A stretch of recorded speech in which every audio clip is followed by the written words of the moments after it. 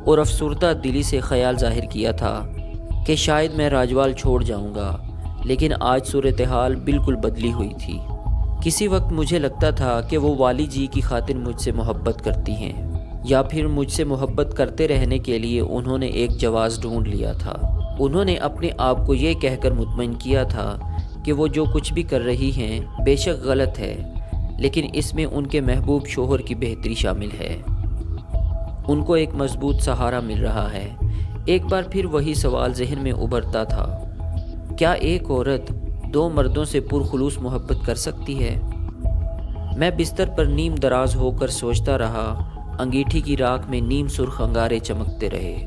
کبھی کبھی رات کے سناٹے میں حویلی کے پہرے دار کی آواز گونجتی رہی۔ میری پلکیں بوجھل ہونے لگیں، میں اونگنے لگا۔ اس سے پہلے کہ میں سو جاتا دروازے پر دستک ہوئی۔ سردی میں گرم رضائی سے نکلنا بھی کام رکھتا ہے۔ میں نے وہیں سے پوچھا، کون ہے بھائی؟ میں نصر اللہ، دبی دبی آواز آئی۔ آواز میں کچھ ایسی بات تھی کہ میں نے جلدی سے اٹھ کر دروازہ کھولا۔ نصر اللہ اندر آ گیا۔ اس کا چہرہ متغیر تھا۔ میں نے لالٹین کی روشنی میں اسے غور سے دیکھتے ہوئے پوچھا، خیر تو ہے؟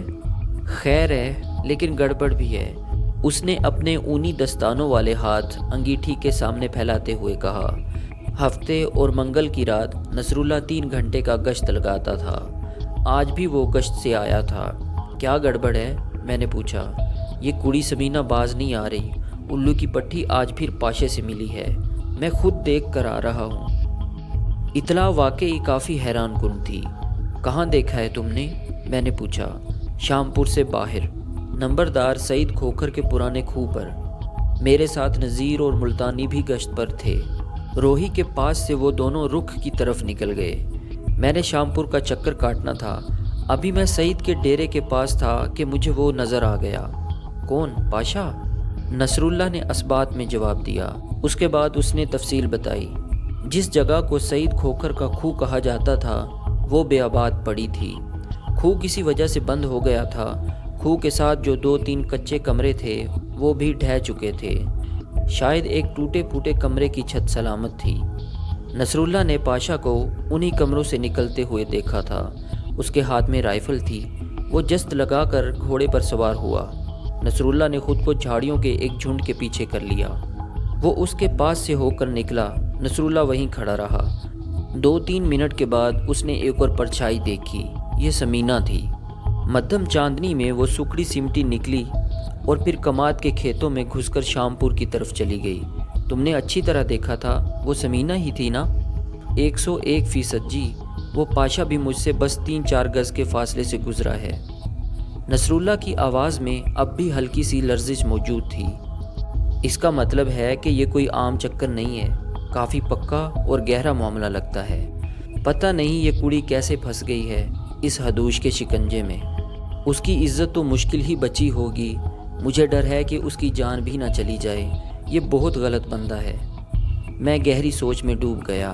صبح سویرے میں اور نصر اللہ گھوڑوں پر سوار شامپور پہنچے۔ ابھی اندھیرا پوری طرح چھٹا نہیں تھا۔ ہر شے اوس میں بھیگی اور ٹھٹری ہوئی تھی۔ جوہڑوں کے اوپر برف کی پتلی تہ جمی ہوئی تھی۔ تازہ پانی کے کھالوں سے ہلکا ہلکا دھواں اٹھتا تھا۔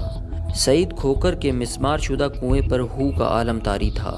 کنویں کے پاس واقع 2 کچے ڈھارے گر چکے تھے، تاہم ایک کی چھت جزوی طور پر سلامت تھی۔ یہاں پرالی کے چند گٹھے پڑے تھے اور کچے فرش پر خشک اپلوں کے ٹکڑے بکھرے ہوئے تھے۔ میں نے ٹارچ جلا کر دیکھا۔ پرالی کے درمیان بیٹھنے کے لیے تھوڑی سی جگہ بنائی گئی تھی، جیسے گھونسلے ہوں۔ یہاں مجھے بھنے ہوئے مرغ کی کچھ ہڈیاں پڑی نظر آئیں۔ یقیناً یہ مرغ یہاں رات کو ہی کھایا گیا تھا۔ سگریٹ کے کچھ ٹکڑے بھی کچے فرش پر پڑے تھے۔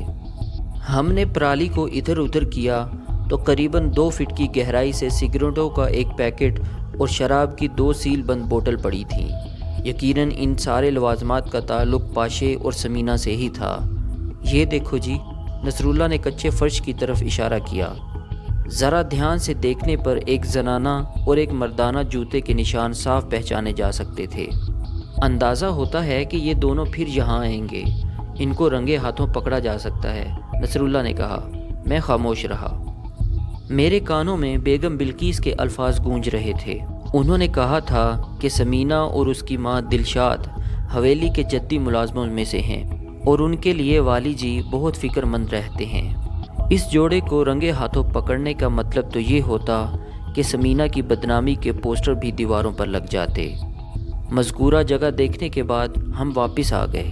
میں اس واقعے کی اطلاع والی جی کو دے کر ان کی پریشانی میں ہرگز اضافہ کرنا نہیں چاہتا تھا۔ میں نے نصر اللہ کو بھی تاکید کی کہ وہ فی الحال یہ خبر صرف اور صرف اپنے تک محدود رکھے۔ اگلے روز شام کے فوراً بعد میں حویلی سے نکل کھڑا ہوا۔ میں نے استبل سے اپنی گھوڑی نکالی۔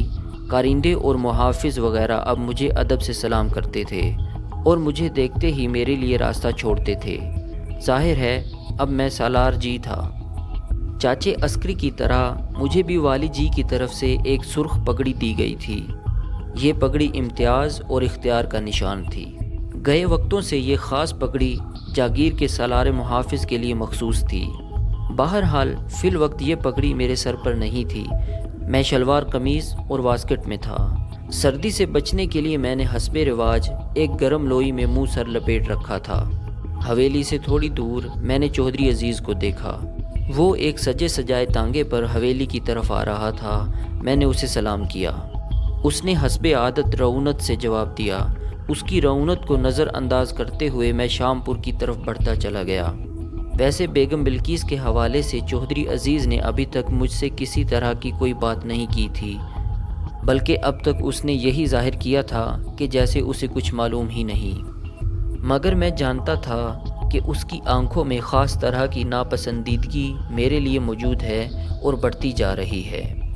وسیع و عریض کھیتوں کے درمیان شام پور نیم روشن گھروں کا ایک چھوٹا سا مجموعہ تھا۔ اس کے ارد گرد کتے شور مچاتے تھے اور اس کے اندر جانے والے راستے ٹھنڈ میں ٹھٹھرے ہوئے سانپوں کی طرح بے حرکت پڑے تھے۔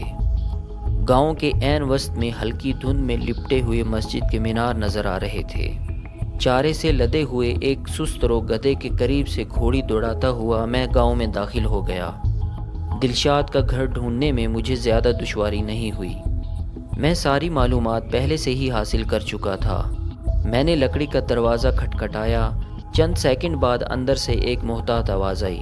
کون ہے؟ میں شاہ خاور ہوں، والی جی کی طرف سے آیا ہوں، سمینہ سے ملنا چاہتا ہوں۔ دروازے کی دوسری طرف سے چند سیکنڈ کے لیے ایک سہمی ہوئی خاموشی سی رہی، پھر وہی آواز دوبارہ ابھری۔ کیا کام ہے آپ کو؟ اس مرتبہ مجھے ذرا عزت سے پکارا گیا تھا۔ میں نے اندازہ لگایا کہ یہ لوگ غائبانہ طور پر مجھے اور میری حیثیت کو جانتے ہیں۔ میں نے کہا، میں یہاں کھڑے کھڑے کچھ نہیں کہہ سکتا، آپ مجھے تھوڑا سا وقت دیں۔ پھر میں نے ذرا توقع سے پوچھا، آپ سمینہ کی والدہ ہیں؟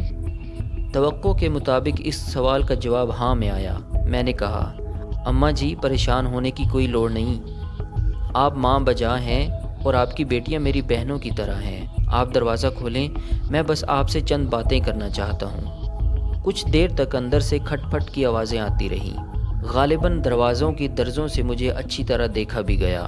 پھر ایک ادھیڑ عمر عورت نے دروازہ کھولا۔ وہ 50 کے قریب دکھائی دیتی تھی۔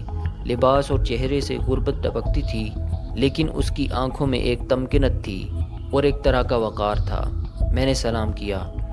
عورت مجھے برآمدے سے گزار کر ایک کمرے میں لے گئی۔ یہاں ایک پرانے جستی ٹرنک کے اوپر مٹی کا دیا جل رہا تھا، وہی دیا جس میں روئی کی بتی اور سرسوں کا تیل ہوتا ہے، اور اس کی لو رات کے وقت دیہات کے کچے کمروں کو عجیب سی اسراریت دیتی ہیں۔ ایک طرف اوپر نیچے 3 چارپائیاں رکھی تھیں اور ان چارپائیوں پر کچھ رنگ برنگے کپڑے بکھرے ہوئے تھے۔ میں نے مختصر برآمدے میں بھی ایسے چند چمکیلے لباس دیکھے تھے۔ مجھے بیگم بلقیس کی بات یاد آئی۔ چند روز پہلے بیگم بلقیس نے بتایا تھا کہ دلشاد کی 2 بڑی بیٹیوں کے رشتے کی بات کہیں چل رہی تھی۔ دلشاد کی آنکھوں میں ڈرے ہوئے سے سوالات تھے۔ میں نے پہلے اپنی بے تکلف باتوں سے انہیں نارمل کرنے کی کوشش کی، اور جب وہ قدرے نارمل نظر آنے لگیں تو میں اصل موضوع کی طرف آ گیا۔ میں نے اس کی سب سے چھوٹی بیٹی سمینہ کا ذکر چھیڑا اور بتایا کہ والی جی اس کی طرف سے پریشان ہیں۔ دلشاد کے چہرے پر عجیب سے تاثرات نظر آئے۔ اس نے گھمبیر لہجے میں کہا، میری بچیوں کے لیے کسی کو پریشان ہونے کی لوڑ نہیں ہے، لیکن اماں جی جو کچھ ہو رہا ہے اس کے بعد پریشان ہونے کی ضرورت ہے۔ آپ بھی اچھی طرح سمجھتی ہیں کہ وہ بندہ نہ صرف غیر برادری کا ہے بلکہ دشمن پارٹی کا ہے۔ اس میں ہم سب کی عزت